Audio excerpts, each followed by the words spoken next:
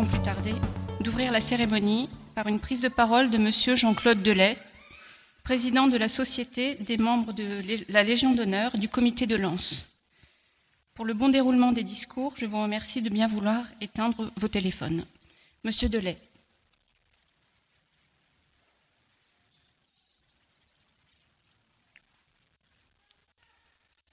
Monsieur le Préfet, Monsieur le Colonel Jean-Denis Coche, président de la section des membres de la Légion d'honneur du Pas-de-Calais, Monsieur l'inspecteur général Claude Hazard, président d'honneur du comité, Mesdames, Messieurs en vos grades et qualités, Monsieur le maire, Monsieur Jean Urbaniak, nous sommes rassemblés aujourd'hui pour un événement à la fois sympathique et solennel. Événement sympathique parce qu'une telle rencontre est agréable, heureuse, voire émouvante, par la présence des amis légionnaires, des parents, amis, autorités venus exprimer leurs sentiments et leurs félicitations. Événement solennel parce qu'il s'agit d'une cérémonie dont les codes sont fixés par la loi de la République. La Légion d'honneur étant le premier des grands ordres nationaux français, on y entre selon un rituel simple mais rigoureux, dont le premier rite est de vous en rappeler l'historique. La création d'un ordre obéit à un objectif de distinction, de récompense, d'appartenance.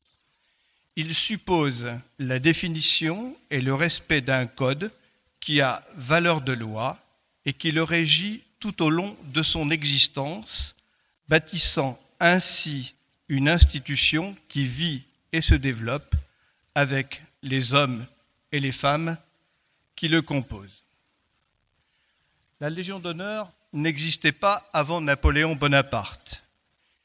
Il y avait eu des ordres de chevalerie liés à l'armée, la royauté et la noblesse, mais la religion avait aboli ces signes distinctifs réservés aux officiers de l'armée royale de religion catholique.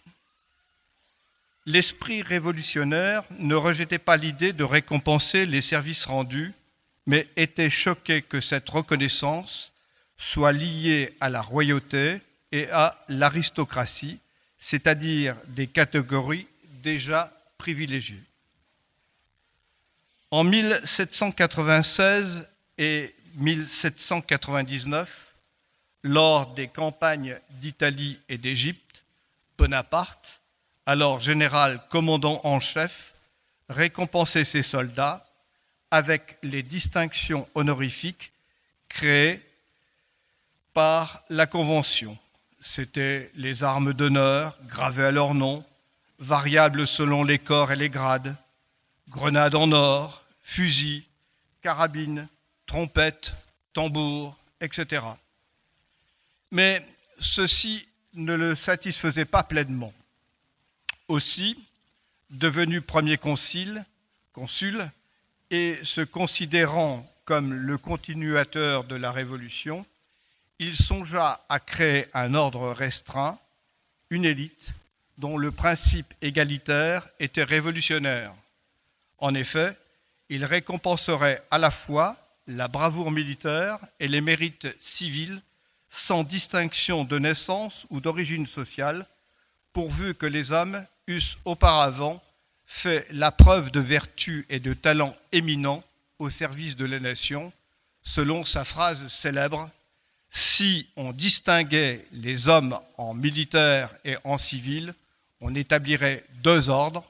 Or, il n'existe qu'une seule nation. » Ce projet de Bonaparte, premier consul, fut voté par la loi du 29 Floréal en 10, c'est-à-dire le 19 mai 1802, qui proclama qu'en exécution de l'article 87 de la Constitution concernant les récompenses militaires et pour reconnaître les vertus et services civils, il sera formé une Légion d'honneur où pourront être admis tous les militaires ayant rendu des services éminents dans la guerre pour la liberté et de tous les citoyens qui ont, par leur savoir, leur vertu, leur talent, contribué à établir et à faire vivre la République. Dès sa création, la Légion d'honneur ne fut pas une simple décoration accordée pour service rendu, mais bien un ordre dont les membres auraient à cœur d'acquérir de nouveaux mérites et pourraient ainsi espérer accéder au grade supérieur.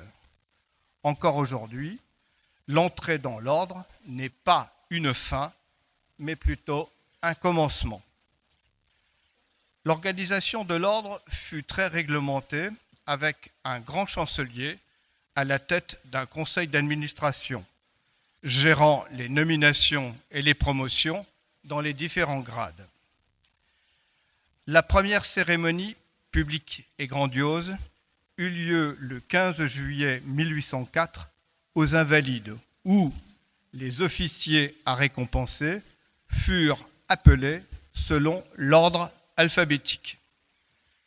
La deuxième cérémonie, elle aussi grandiose, se déroula le 16 août 1804 pour la Grande Armée dans le vallon de Terlington à Boulogne-sur-Mer. Ce souvenir est rappelé chaque année à la pierre Napoléon, lieu où vous pouvez vous rendre. Notre président de section a décidé d'en faire une manifestation de caractère départemental. Ainsi, l'empereur remit 2000 croix aux militaires et 13 aux civils. C'était peu, mais le changement était lancé. Si la Légion d'honneur a connu des turbulences dues à différents régimes politiques, à des périodes de guerre et de paix, entraînant des variations dans le mode de désignation des récipiendaires et dans les effectifs, elle réussit néanmoins à traverser les siècles. Elle est toujours le premier ordre national. Toutefois, en 1960, devant le chiffre inflationniste de décorés, 320 000, après plusieurs conflits majeurs, une réflexion s'imposait pour garantir sa gestion et son prestige tout en l'adaptant au monde contemporain. Le général de Gaulle et le grand chancelier de l'époque ont conçu un code de la Légion d'honneur, toujours en vigueur. La Légion d'honneur a pour grand maître le chef de l'État. Elle est dirigée par le grand chancelier, assistée d'un conseil de l'ordre. Elle comporte 3 grades, chevalier, officier, commandeur et 2 dignités, grand officier et grande croix. Le code prévoit les conditions de nomination, la nécessité d'avoir eu une activité pendant 20 ans et les mérites éminents au service de la nation. Les contingentements de tous les secteurs sociaux, culturels et économiques de notre pays. Le contingentement dans chaque grade. Le parcours d'une demande. Il est à rappeler qu'on ne demande pas la Légion d'honneur pour soi, que les propositions émanent du maillage territorial que forment les préfets, les parlementaires, les élus locaux, les responsables d'associations et même de l'initiative citoyenne. Ainsi, les propositions sont d'abord examinées par les différents ministères, puis transmises au Conseil de l'ordre, qui délibère en tant qu'instance souveraine.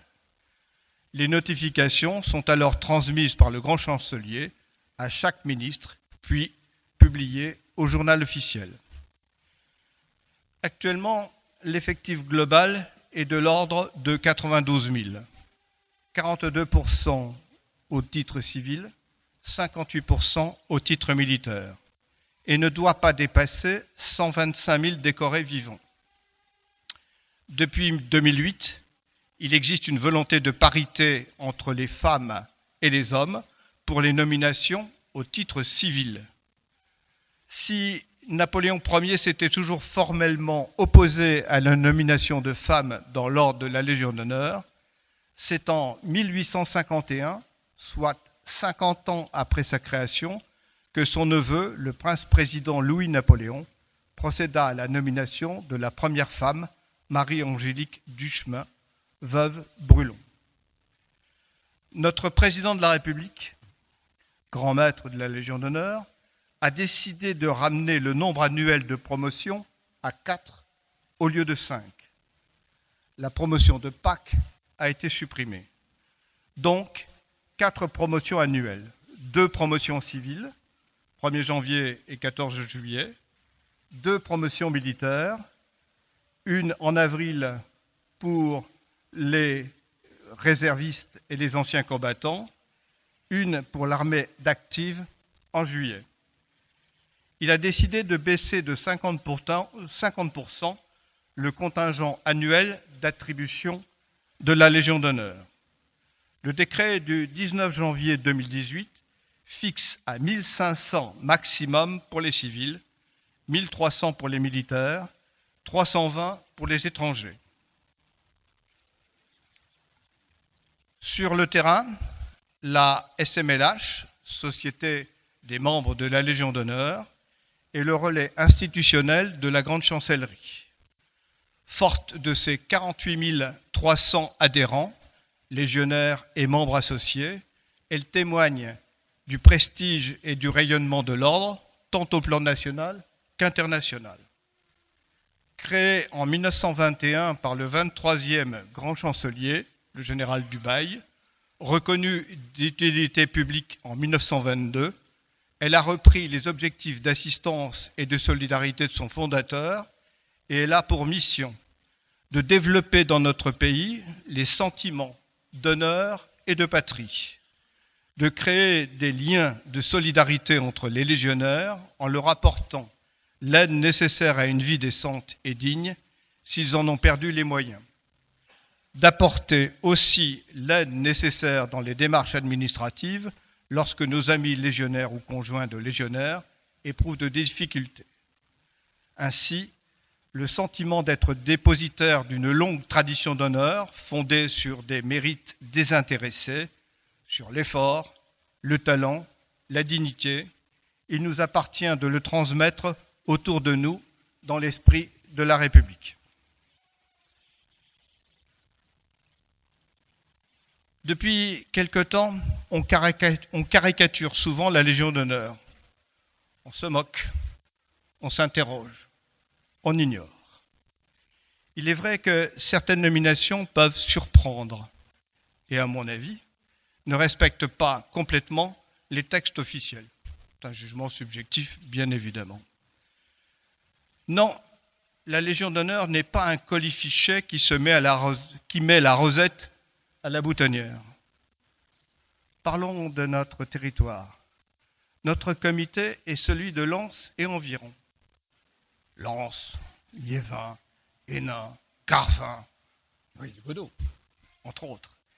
Il comprend 5 officiers, 29 chevaliers, c'est quand même peu, 14 membres associés, ce sont des veuves de légionnaires, 2 amis, dont le colonel Froideval, ici présent, un porte-drapeau, vous le voyez donc également, notre ami Villard-Rodler. La ville de Lens, honorée le 30 août 1919, ville glorieuse qui peut être citée comme une commune modèle d'héroïsme et de foi patriotique. À travers Lens, c'est notre territoire qui se voit honoré. On fêtera d'ailleurs le 100e anniversaire dans pas longtemps. Notre comité fait partie de la section du Pas-de-Calais, présidée par le colonel Jean-Denis Coche, ici présent. 130 sections sur notre territoire national. La moyenne d'âge pour notre comité est supérieure à 80 ans. Je connais tous les membres de notre comité. Je vous assure que le mérite de chacun est éminent. Et je dois dire aussi que certaines nominations, pas celles de ce jour, sont quelquefois un peu tardives. Parlons de la promotion du 31 décembre 2017. 336 nominations. Une pour le Pas-de-Calais, Monsieur Jean Urbaniak, maire de Noyelles-Godault. Une seule promotion, une seule nomination dans le Pas-de-Calais. Un méritant et un seul. Nous connaissons tous beaucoup d'autres personnes qui mériteraient d'être nommées dans cette récompense. Mais revenons aux légionnaires de ce jour qui pourraient contester cette nomination.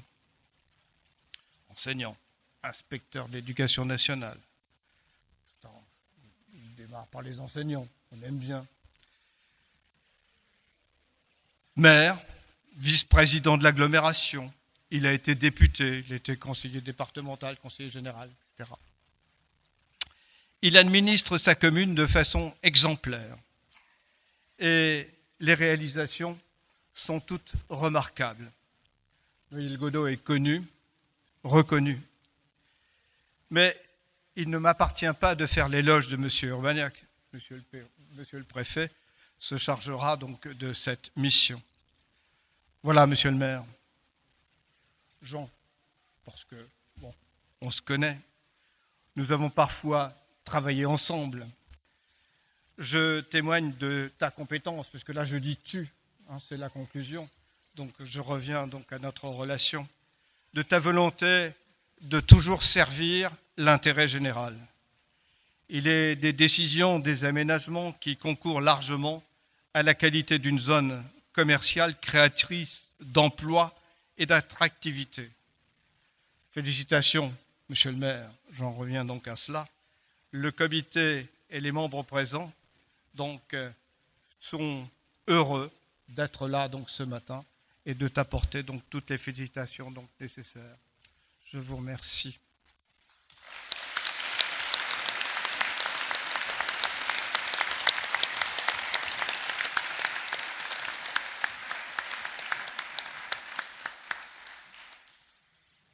Monsieur Fabien Sudry, préfet du Pas-de-Calais.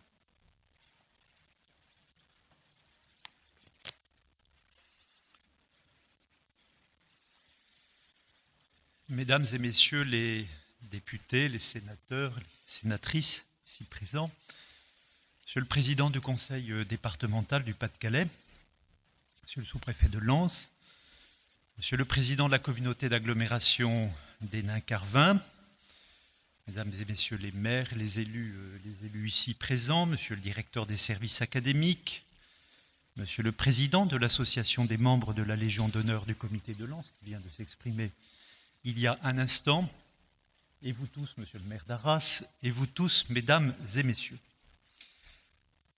Monsieur Jean Urbaniak, je suis particulièrement heureux de me trouver ce matin dans votre chère commune de Noyelles-Godault, avec toutes celles et tous ceux qui vous entourent. Ils sont venus nombreux, et très honoré que vous m'ayez désigné comme délégué pour vous remettre les insignes de la Légion d'honneur. Monsieur Christophe Castaner, notre nouveau ministre de l'Intérieur, qui avait de longue date prévu d'être présent, n'a finalement pas pu faire le déplacement dans le Pas-de-Calais pour des raisons que vous imaginez tous aisément, et il vous prie de bien vouloir excuser son absence. Comme vous venez de le rappeler, Monsieur le Président, la Légion d'honneur est depuis plus de 2 siècles la plus haute distinction française.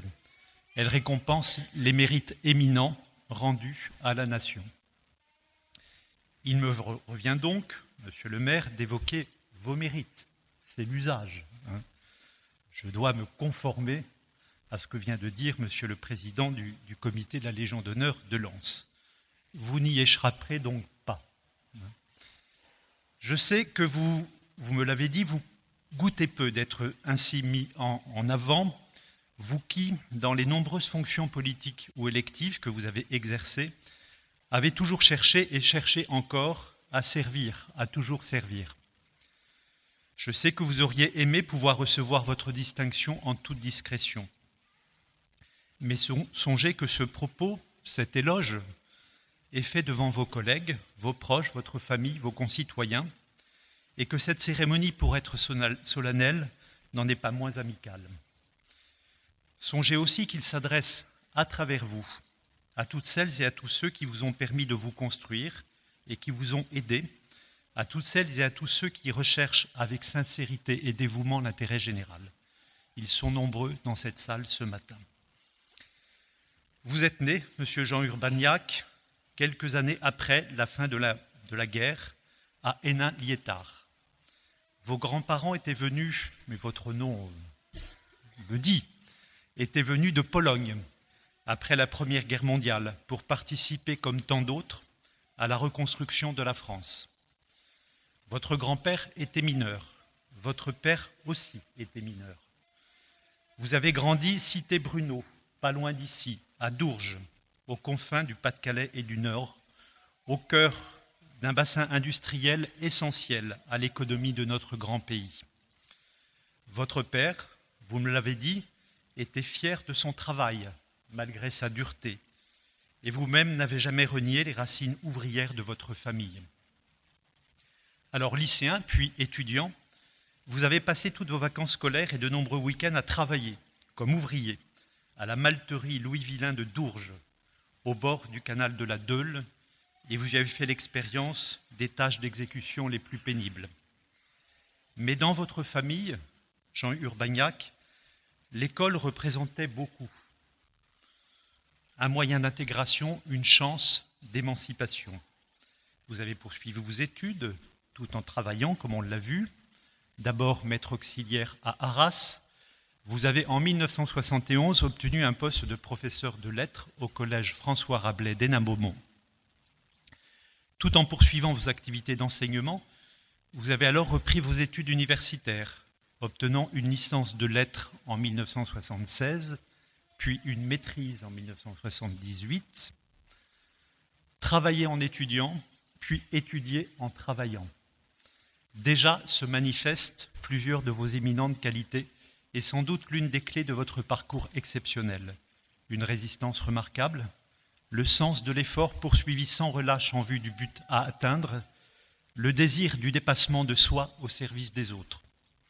Justement, après 10 années d'enseignement, vous souhaitez évoluer et vous passez le concours d'inspecteur de l'éducation nationale que vous réussissez en 1979. Quel beau métier que cette fonction d'inspecteur de l'éducation nationale quand on sait le lien qui existe dans notre pays entre l'école et la République. Nommé en 1980 à Valenciennes, vous voici chargé d'animer le réseau des écoles du premier degré dans votre secteur, de conseiller les directeurs, d'organiser des formations pour les maîtres, que vous avez aussi la responsabilité d'inspecter. Lorsque vous arrivez dans vos fonctions, l'usine sidérurgique Usinor de Denain vient de fermer, entraînant 5000 licenciements. Le dernier haut fourneau de la région vient de s'arrêter. C'est un cataclysme social, dont les enseignants sont immédiatement les témoins navrés, en même temps que des acteurs engagés pour protéger les jeunes, les enfants qui leur sont confiés et leur donner les clés d'un nouvel avenir. Vous les épaulez avec cœur, monsieur Urbaniak. Et par-dessus ces lourdes responsabilités, vous trouvez encore le temps de préparer un diplôme d'études approfondies en sciences de l'éducation que vous obtenez en 1982. Toujours cette volonté d'apprendre et de mieux comprendre. À ce moment-là, vous ne le savez pas encore, votre destin est sur le point de prendre une nouvelle direction qui nous amène d'ailleurs à la rencontre d'aujourd'hui. Votre entrée dans la vie politique locale à Noyelles-Godault en 1983 est, avez-vous affirmé dans une interview, le résultat d'un double hasard. Le hasard joue un rôle dans la vie publique. Vous dites, mon prédécesseur à la mairie était aussi mon voisin. On se parlait par jardin interposé et il m'a proposé de travailler avec lui, ce que j'ai accepté à 2 conditions. Qu'on ne fasse pas de politique et que je puisse continuer à travailler en parallèle. Alors que né à Dourges, vous n'étiez installé à Noyelles-Godault que depuis peu de temps. Vous voici donc adjoint au maire. En 1986, votre prédécesseur Gérard Thierry, ayant dû démissionner pour des raisons de santé, et son successeur désigné, René Leleu, ne pouvant être élu en raison de son activité professionnelle, il était ingénieur des mines, vous êtes donc élu maire. Et vous n'avez cessé, depuis 1986, d'être réélu depuis. Vous êtes aussi, depuis lors, et sans discontinuer, vice-président de votre intercommunalité, la communauté d'agglomération d'Hénin-Carvin, en charge maintenant des questions stratégiques d'habitat et d'aménagement urbain. Bien peu de maires, mesdames et messieurs, sont en fonction depuis plus longtemps que vous dans le département. Je n'ai pas vérifié, mais ils doivent être peu nombreux. Et certainement aucun dans une commune urbaine de cette dimension. Cette longévité, comment l'expliquer? Cette forme d'alchimie, monsieur le maire, entre vous-même et la population de cette commune. Je ne suis d'ailleurs peut-être pas le mieux placé pour en parler, et je parle sur votre contrôle à tous. Peut-être d'abord en constatant que vous avez suivi à la lettre les deux principes inauguraux que j'ai précisés tout à l'heure, que vous aviez énoncés lorsque vous avez pris la décision de figurer sur la liste de votre voisin aux élections municipales de 1983. Continuez à travailler en parallèle de vos fonctions d'élu. C'est ce que vous avez fait, presque sans discontinuer depuis jusqu'en 2002, et à votre poste d'inspecteur de l'éducation nationale à Valenciennes jusqu'en 1993, comme chargé de mission auprès du recteur, puis à nouveau dans une circonscription, mais à Lille cette fois, où vous côtoyez d'ailleurs les élus de Lille, et notamment Pierre Mauroy. Ce magnifique parcours au service de l'éducation des enfants, tâche essentielle autant qu'ardue, je l'imagine, vous a valu d'être nommé commandeur de l'ordre des Palmes académiques. Deuxième principe, ne pas faire de politique. En tout cas, je pense de politique politicienne. Et vous avez, avec une constance remarquable, cherché à rassembler des femmes et des hommes de bonne volonté au-delà des appartenances partisanes, au point de parvenir à constituer dans votre commune une liste de large union qui, lors des élections municipales de 2008 et de 2014, n'a rencontré, mesdames et messieurs, aucune opposition. Je veux dire que c'est un cas assez peu fréquent pour une commune de votre taille. N'est-ce pas là, mesdames et messieurs, l'essence de la fonction de maire? Unir et rassembler, encore et toujours, pour faire prévaloir l'intérêt de tous. Pour expliquer votre permanence au poste de premier magistrat, il faut aussi considérer à quel point vous avez su, avec votre équipe, présider à la transformation de votre ville. En s'appuyant sur un pôle particulièrement dynamique, le vaste centre commercial régional installé en 1972 au croisement d'importants axes routiers, plusieurs fois transformés depuis, votre municipalité, avec l'intercommunalité, a progressivement développé l'offre des services publics offerts à la population. Une halte-garderie, la halte Louise Michel, un centre de protection maternelle et infantile, un établissement d'hébergement pour personnes âgées, une médiathèque, Michel Berger, en 2001, un centre culturel, le centre culturel Henri Matisse, l'espace Bernard Giraudot, cette magnifique salle inaugurée il y a peu de temps, 2013, où nous sommes actuellement. Et je crois que ce niveau d'équipement fait encore de Noyelles-Godault une forme d'exception qui attire l'attention, quelques regards attentifs, je pense, de vos collègues. Mais la transformation de votre commune est aussi liée, bien entendu, à l'histoire de Métal Europe. Le 16 juillet 1993, une explosion terrible dans cette usine tuait 10 personnes.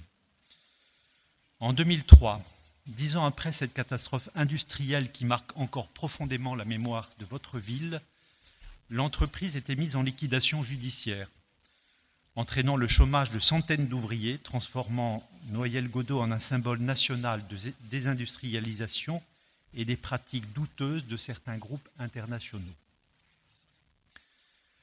Dans ces épreuves redoutables, vous avez su, monsieur le maire, être présent auprès de vos concitoyens affligés et laisser toute leur place au deuil et à la mémoire.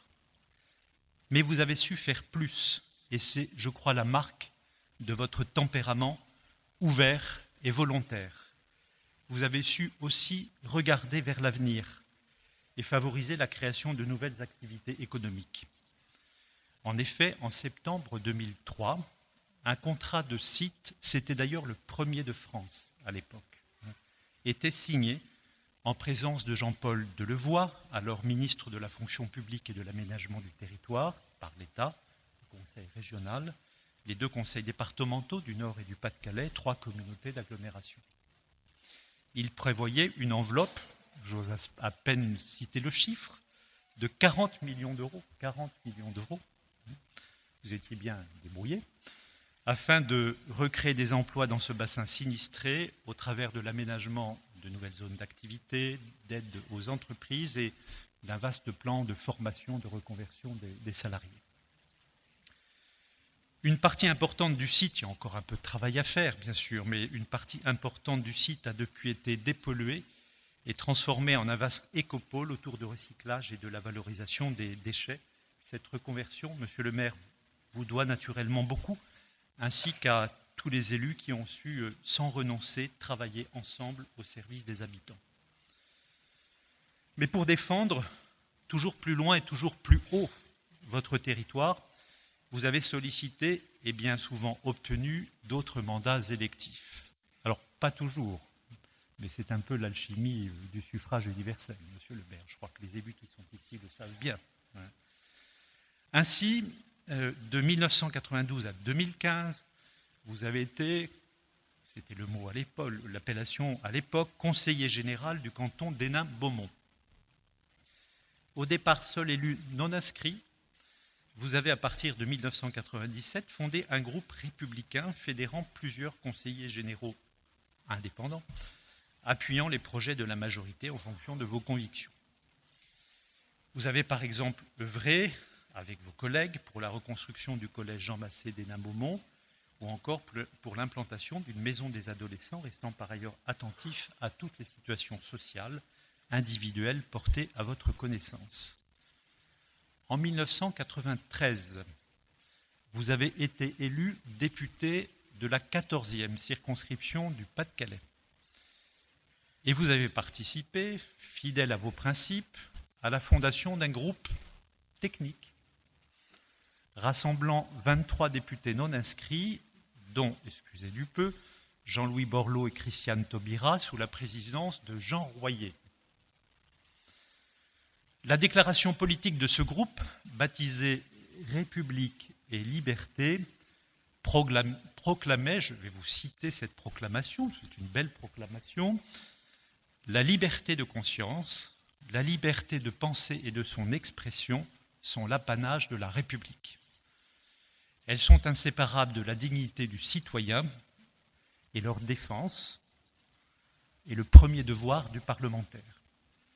Pour le respect de ces libertés fondamentales, dans le cadre de l'Assemblée nationale, se regroupent les députés agissant sur leurs responsabilités personnelles et n'acceptant d'autres directives que de leur conscience. Depuis cette période, je crois que vous gardez également des liens amicaux avec François Bayrou. Je vais d'ailleurs peut-être me permettre de citer une petite anecdote, vous me l'avez racontée, qui témoigne des grandeurs, mais aussi parfois des servitudes de la fonction d'élu. Vous me disiez avoir participé comme parlementaire à un dîner républicain à la préfecture du Pas-de-Calais, qui était présidé par le président de la République de l'époque, Jacques Chirac, qui a porté les plus hautes charges de l'État pendant 14 ans, qui aimait passionnément la réalité du territoire français, se déplaçait sur le territoire. Et lors de ce déjeuner à la préfecture, auquel participaient des parlementaires du département, le président de la République interrogeait, bien normal, un à un, les députés présents. Le président de la République, semblant apprécier le repas préparé par le cuisinier de la préfecture, à écouter à tour de rôle les parlementaires s'exprimer pour, c'est ce que vous m'avez dit, je parle sous votre contrôle, je ne pas trahir, écoutant beaucoup d'attention, mais sans répondre. Hein. Chacun des parlementaires exprimait un point d'attention, une préoccupation. Vous étiez en 14e position. Hein. Et arrive votre tour, et le président de la République, à ce moment-là, à la fin de vos propos, lève la tête et lève la main. Je pense que vous étiez dit, j'ai piqué l'attention ou la curiosité du chef de l'État. C'est important par rapport aux propos. Eh bien, Jacques Chirac lève la main, mais, mesdames et messieurs, c'était pour commander une bière.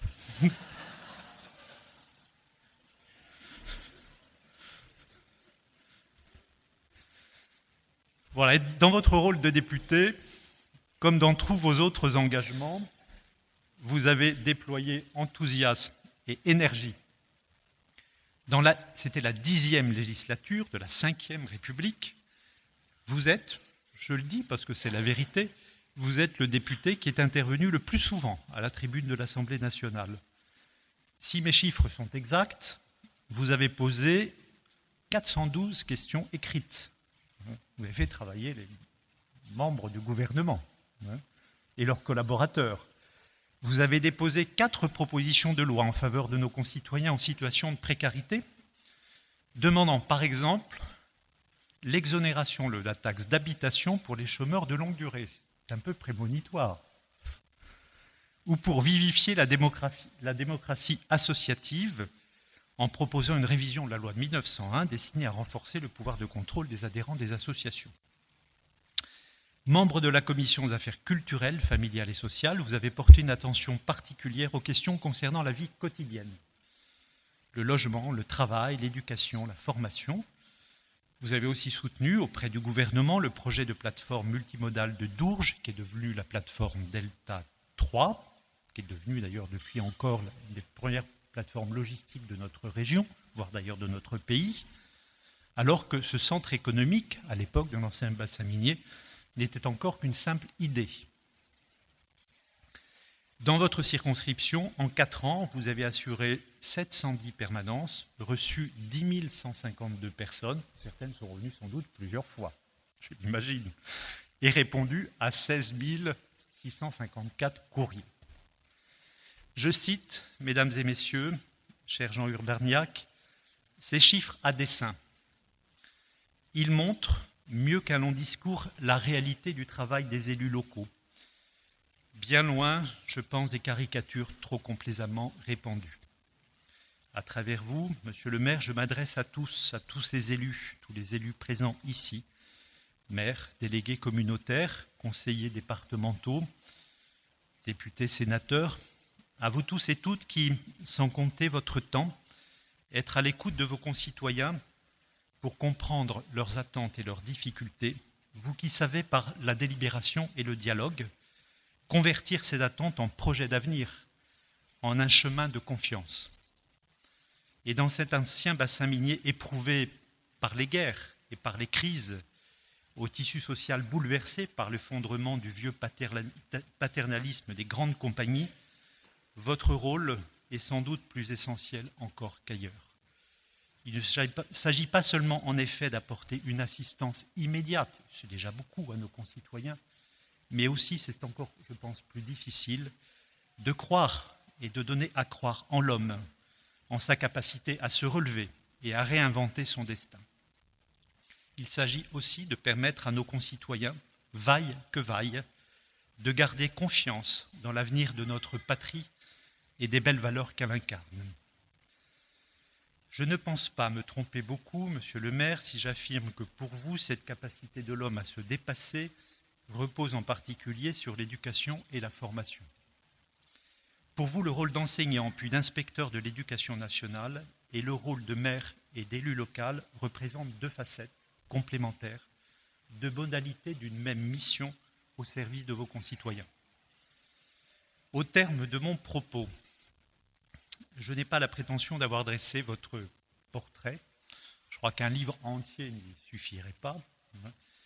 Mais j'espère avoir mis en lumière, sous le contrôle de tous ici présents, quelques-uns des principes constants de votre engagement, qui font de vous un élu de terrain, exemplaire, je crois, représentatif de ce territoire, de ce beau territoire, et qui justifie la distinction qui vous est aujourd'hui conférée. Vous croyez dans la valeur du travail, toute votre carrière le montre. C'est d'ailleurs là un trait commun à beaucoup de nos concitoyens de l'ancien bassin minier et du Pas-de-Calais en général, qui me frappe lors de mes nombreux déplacements à travers le département. En humaniste convaincu, vous croyez aussi, comme Condorcet, à la promotion par l'éducation et à la formation auquel vous avez consacré votre carrière professionnelle. Pour jouer pleinement son rôle, l'école dans notre pays doit permettre à chacun, quelle que soit son origine sociale et géographique, c'est une vraie promesse républicaine, de s'autoriser le rêve d'un avenir meilleur. Vous appelez de vos vœux également l'engagement de chacun dans les responsabilités locales, notamment au travers de la vie associative, source de vitalité de notre démocratie locale. Sans nier le poids du passé, les difficultés toujours présentes de l'emploi, du logement par exemple, vous vous tournez à chaque fois résolument vers l'avenir, sans vous lasser, avec un optimisme raisonnable, fuyant la démagogie et les discours qui peuvent diviser. Vous recherchez des solutions concrètes à des problèmes pratiques au bénéfice des habitants de votre territoire, avec le souci, je l'ai dit, de rassembler toutes les bonnes volontés et toutes les énergies, au-delà de tous les clivages, car vous savez que ce qui compte finalement au bout du bout, c'est de servir toujours et de servir encore.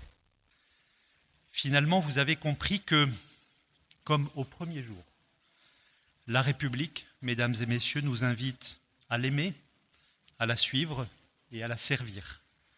C'est dans ce principe simple mais essentiel que réside la clé, me semble-t-il, de tout engagement public.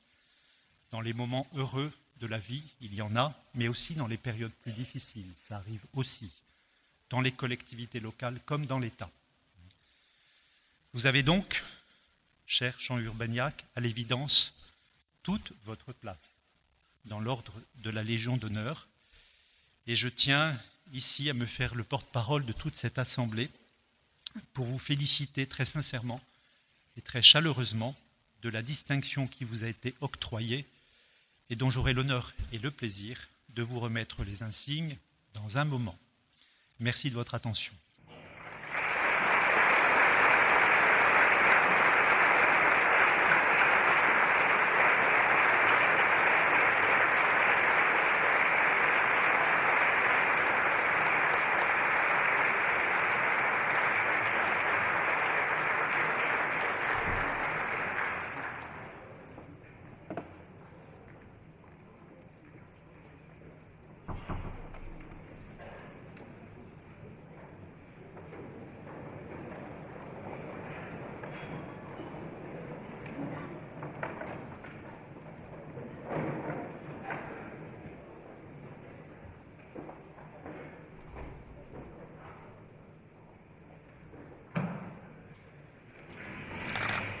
Monsieur Jean Urbaniak, maire de Noyelles-Godeau, au nom du président de la République et en vertu des pouvoirs qui nous sont conférés, nous vous faisons chevalier de la Légion d'honneur.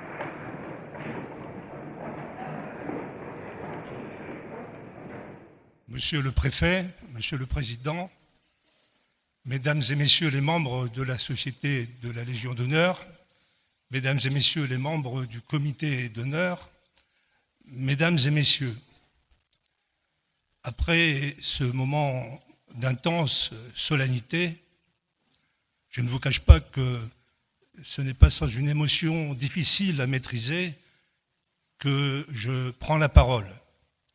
Et d'abord, pour m'adresser à vous, Monsieur le Préfet, je voudrais en effet d'emblée vous exprimer toute ma gratitude pour avoir accepté de bien vouloir suppléer Monsieur Castaner, retenu évidemment par ses nouvelles fonctions ministérielles, davantage liées, chacun le comprendra, aux intérêts supérieurs de la France qu'au dialogue républicain qu'il avait pu avoir avec un ancien parlementaire de base. Merci donc, Monsieur le Préfet, de m'avoir remis personnellement l'insigne de cette distinction exceptionnelle dont je mesure, croyez-le bien, avec une immense fierté, toute la valeur. Fierté donc, émotion, mais aussi, je vous l'avoue, un peu de fébrilité ces derniers jours, l'impatience de connaître enfin les raisons pour lesquelles j'avais été distingué. Je n'ai en effet effectué en toutes circonstances aucun acte héroïque. Je n'ai à mon actif aucune production digne d'éternité, à part peut-être mon fils. Je n'ai en rien contribué au rayonnement international de mon pays et que je sache, je ne dispose d'aucun talent personnel, ni pour tenir la plume, ni pour attirer les caméras, et encore moins pour manier le fouet de cuisine ou le ballon de football. Bref, lorsqu'on entend le bon sens populaire rappeler que aujourd'hui, eh bien, il arrive qu'on puisse donner la Légion d'honneur, sinon à n'importe qui, au moins à tout le monde, eh bien, mesdames, messieurs, je me reconnais volontiers dans ce tout le monde qui me caractérise parfaitement. Pour autant, je ne pouvais pas rester dans ce contexte de généralité un peu anonyme. D'une certaine manière, c'eût été mettre en porte-à-faux les autorités ministérielles, c'eût été eh bien, les taxer d'un jugement à l'emporte-pièce, d'une décision un peu approximative. Aussi, j'ai cherché en quoi je pouvais sortir du lot, pourquoi m'avait-on nommé. J'avoue que je n'ai pas trouvé personnellement beaucoup d'explications, si ce n'est peut-être une explication très locale. Lorsque je regarde les archives de la commune de Noyelles-Godault, je me suis rendu compte qu'avant moi, 3 Noyellois avaient reçu la Légion d'honneur. L'un d'entre eux est d'ailleurs parmi nous, c'est M. Berche, M. Michel Berche. M. Michel Berche est quelqu'un de très actif. On peut le voir tous les jours s'affairer dans son jardin ou devant sa maison qui est située rue Maurès-Thorez à côté du stade Pierre de Coubertin. Le second n'est plus parmi nous, mais il est dans les mémoires de tous les Noyellois. Il s'agit de M. Louis Beugnier, qui a été maire de Noyelles-Godault pendant plus de 30 ans, député à l'Assemblée nationale. Et le troisième, il est certainement moins connu, c'est M. Jean Zécula. M. Zécula qui, lorsqu'il était jeune, n'aurait sans doute jamais pensé un jour obtenir la Légion d'honneur, puisqu'il était de nationalité polonaise. Bref, mesdames, messieurs, j'ai compilé un peu toutes ces informations, et je me suis rendu compte que eh bien, je me prénomme Jean, je suis de nationalité polonaise, je suis maire de Noyelles-Godault depuis plus de 30 ans, j'ai été député à l'Assemblée nationale, je réside rue Maurice-Thorez, à proximité du stade Pierre de Coubertin, et mon épouse peut le confirmer, je m'affaire tous les jours dans mon jardin. Toutes les cases étaient cochées, ça devait tomber un jour. Je vois à vos réactions que cette explication est amusante, Elle n'est peut-être pas très convaincante. Alors j'en ai une autre beaucoup plus sérieuse qui me paraît crédible et je voudrais vous la présenter publiquement. Je pense que cette distinction est avant tout liée à la qualité des différents intercesseurs qui sont intervenus en ma faveur. Ce sont des personnalités politiques. L'une est plutôt de droite, la seconde est plutôt de gauche, et la troisième est plutôt du centre. Si M. Castaner avait été présent, je n'aurais pas utilisé cette taxonomie liée à l'ancien monde. Il n'aurait pas compris. Mais ici, vous, je pense que vous comprenez et vous saurez faire les appariements nécessaires. Pour ma part, je voudrais juste les citer dans l'ordre chronologique de leurs interventions. La plus ancienne a été faite par M. Léonce Després. Ici, on a tous connu l'ancien maire de Touquet, un maire formidable qui a fait beaucoup pour sa ville, pour le littoral et plus généralement pour le développement touristique de la région. Mais Léonce Després, c'était aussi quelqu'un qui était très connu et très écouté à Paris. Alors c'est vrai, il n'est plus là, mais sa fille, Madame Després-Audebert, Madame la députée Després-Audebert, est présente et a bien voulu faire partie de ce comité d'honneur. Je te remercie, Marguerite, pour cette joie que tu me fais aujourd'hui. Les deux autres personnalités auxquelles je faisais allusion sont aussi dans ce comité d'honneur.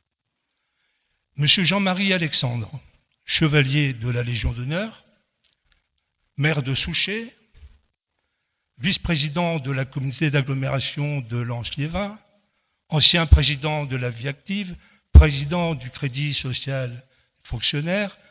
Je ne peux, monsieur Alexandre, citer tous vos titres et fonctions liés à vos mandats d'élu et d'administrateur, mais sachez que pour moi, vous êtes avant tout un militant qui travaille efficacement en fonction de ses convictions, mais aussi un homme de cœur qui savait répondre à ceux qui font appel à vous.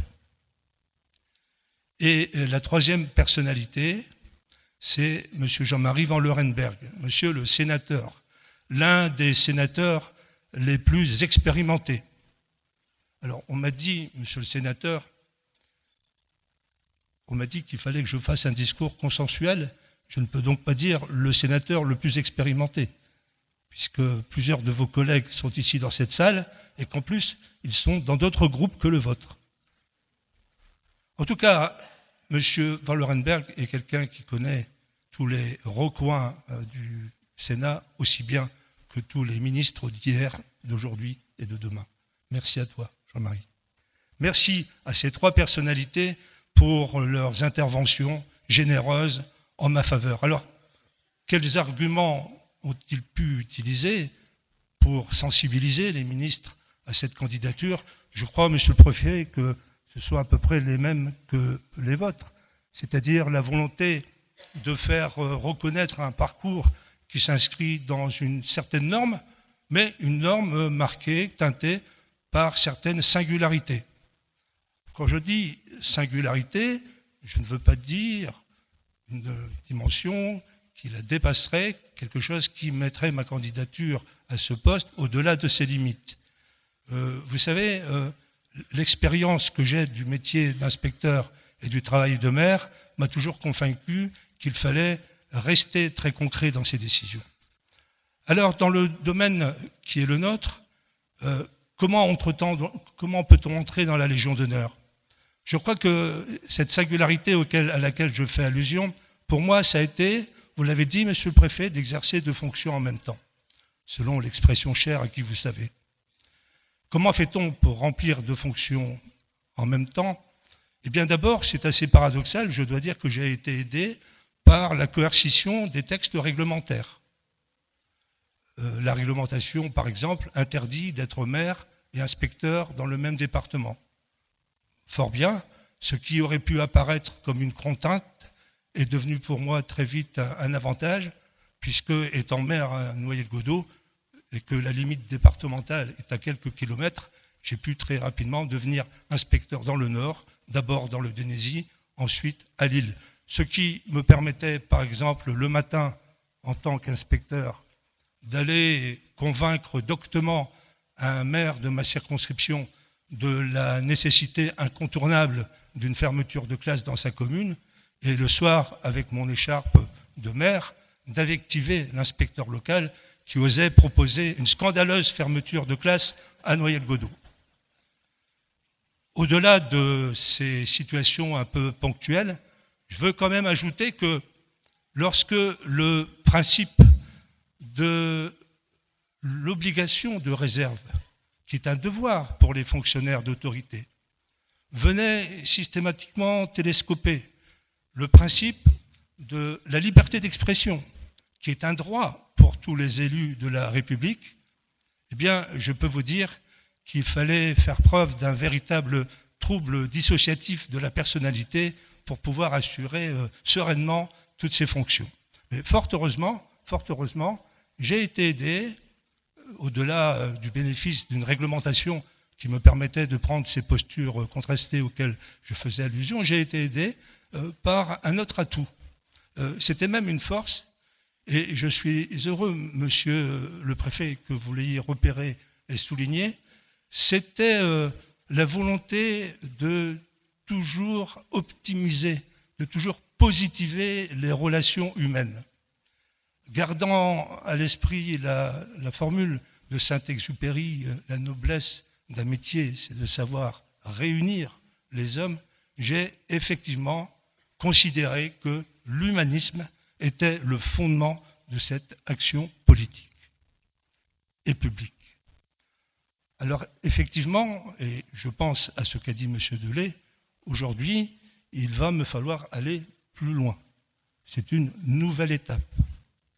Honores mutant mores. Les honneurs élargissent les perspectives. Et cette nouvelle étape, pour moi, M. Delay, ce sera, je vous le dis clairement, en toute modestie, mais j'espère sûrement, pouvoir contribuer à faire prospérer les valeurs de la Légion d'honneur, les valeurs telles qu'elles sont résumées dans la devise des légionnaires, honneur et patrie. Je le ferai, mesdames et messieurs, en ayant bien conscience de l'exigence de cette mission. Parce que, pour moi, l'honneur, c'est plus qu'une qualité, c'est une dynamique, une aspiration au bien, telle que le veut la société. Et la patrie, c'est plus qu'un territoire, c'est un héritage qui m'est d'autant plus cher que je ne l'ai pas eu à la naissance. En fondant l'ordre de la Légion d'honneur, Napoléon avait dit le sens de la vertu est la première valeur des légionnaires, et c'est l'honneur.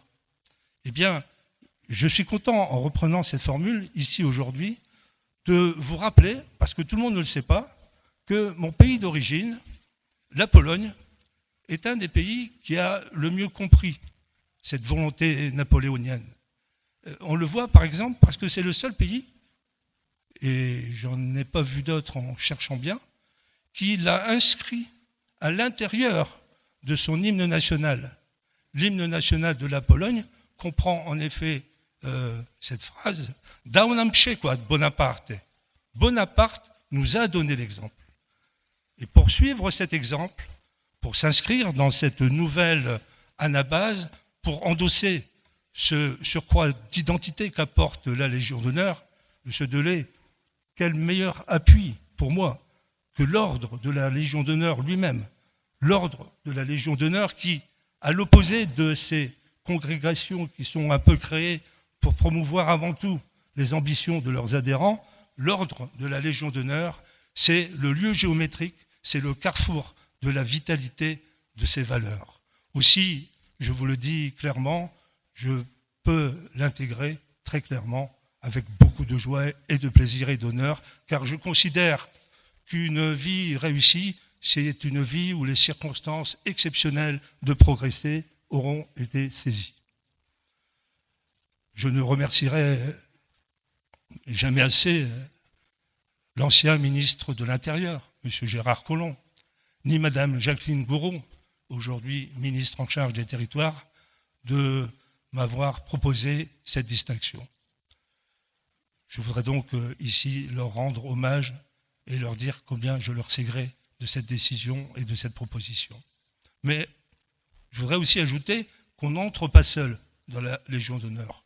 On entre dans la Légion d'honneur avec tous ceux qui vous ont aidé, conseillé, corrigé parfois même.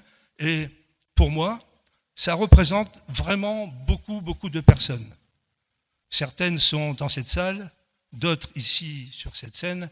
Je regrette de ne pas pouvoir les saluer toutes. Je voudrais juste citer mes parents, mon père et ma mère, qui m'ont apporté toutes les valeurs qui guident aujourd'hui mon existence encore. Ils m'ont par exemple appris qu'une société solidaire, c'est une société où on accepte les différences. Ils m'ont appris aussi à relativiser les succès comme les échecs. La fin des hommes qui ont réussi n'est pas plus heureuse que la fin des hommes qui ont échoué. Ils m'ont surtout donné l'amour de mon pays, la France. Engagé volontaire dans l'armée polonaise qui a choisi de servir la France, mon père a par exemple participé à la bataille de Narvik en Norvège, la seule victoire de l'armée française en 1940. Et ensuite, il a passé toute sa vie active, plus de 37 ans, au fond de la mine, pour extraire le charbon nécessaire à la construction industrielle du pays. Et pendant ce temps-là, ma mère faisait le reste, c'est-à-dire tout. Aujourd'hui, mes parents ne sont plus là. Ma mère, depuis quelques années, mon père, depuis très très longtemps, 41 ans. Mais, et je le dis devant ma famille, cette distance n'abolit en rien le soutien qu'il continue de m'apporter. En rien. Car comme l'a écrit le philosophe Alain, il est un moment où les morts cessent d'être des morts. Entendez par là qu'ils occupent votre esprit non point par leur faiblesse, mais par leur force. Je voudrais aussi citer mes instituteurs. Ils m'ont donné l'instruction, et par l'instruction, l'accès à la culture qui permet de comprendre et d'agir sur le monde. Ils m'ont donné également les clés de l'insertion professionnelle et donc sociale. Eux non plus ne sont plus là. Mais sachez que je pense aussi très souvent à eux. Je pense à l'école qui était la nôtre. Alors c'est vrai que cette école, elle est un peu idéalisée. Quand je ferme les yeux, je ne vois pas une classe de CP dédoublée chère à M. Blanquer. Ce que je vois, c'est plutôt l'instituteur tel que le décrivait Maurice Druon dans ses mémoires. Une phrase que je connais par cœur. Il avait plus de 40 enfants à instruire, faisant épeler les plus petits pendant que les plus grands résolvaient un problème d'arithmétique. L'hiver, il rechargeait de temps en temps avec des bûches le grand poêle de fonte. Vous voyez, je cite cette phrase parce qu'elle représente la période la plus féconde de ma vie, celle où j'ai le plus appris. Aujourd'hui, ce 20 octobre, c'est une des journées les plus heureuses de ma vie. Et je voudrais, mesdames, messieurs, partager ce bonheur avec tous ceux que j'aime, avec tous ceux que je respecte pour ce qu'ils sont et pour ce qu'ils font. Et d'abord avec ma famille, notamment mon épouse, qui ne se contente pas tous les jours inlassablement de corriger les effets publics de mes nombreux défauts, mais qui m'accompagne dans mon engagement politique.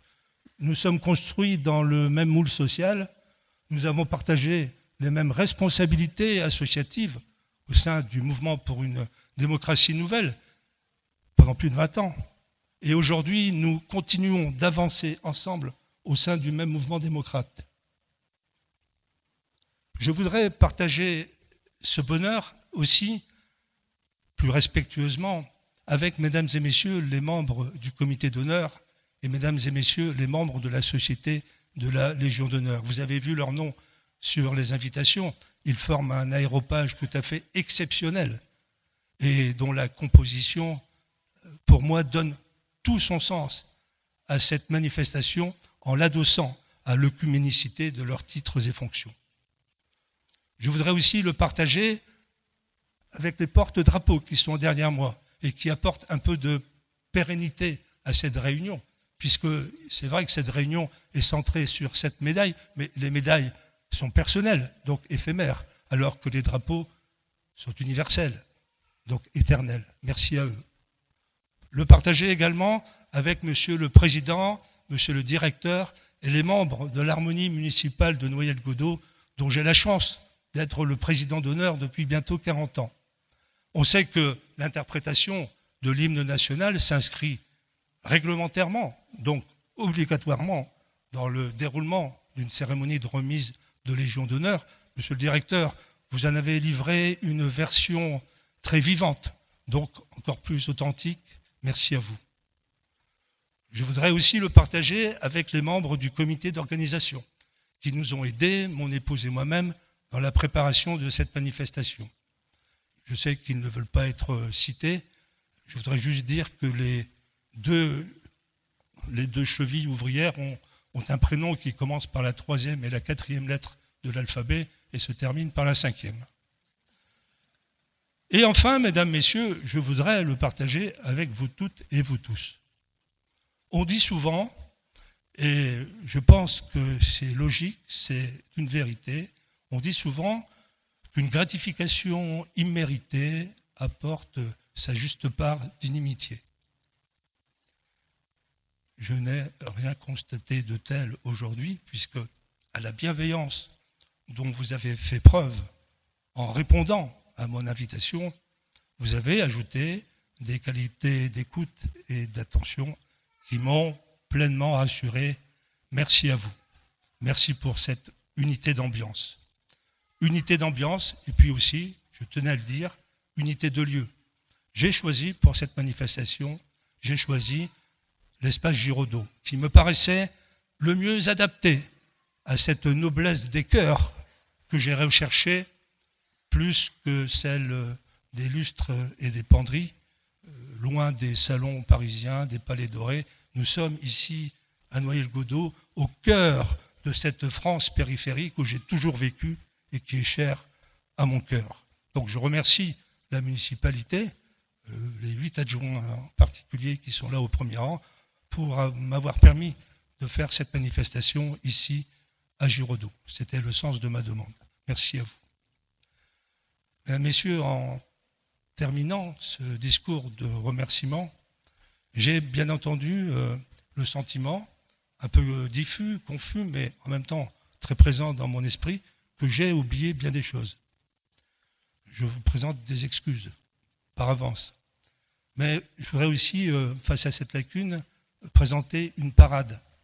C'est un court proverbe japonais que me cite ma belle-fille lorsqu'il m'arrive d'allonger excessivement mes bavardages familiaux. Ça m'arrive. Ivanuga Anna. Ivanuga Anna. Les mots que l'on ne dit pas sont les fleurs du silence. Cette formule me parle. Ne pas tout dire, en effet, c'est, je crois, garder une porte ouverte vers l'inachevé, voire même vers l'inespéré. Vous le savez bien, mesdames, messieurs, c'est le vide qui fait la valeur de la calebasse autant que son écorce. C'est la perception de notre ignorance qui nous permet d'avancer et d'apprendre encore. Alors, Monsieur le Préfet, Monsieur le Président, Mesdames, Messieurs, merci encore et vive la France.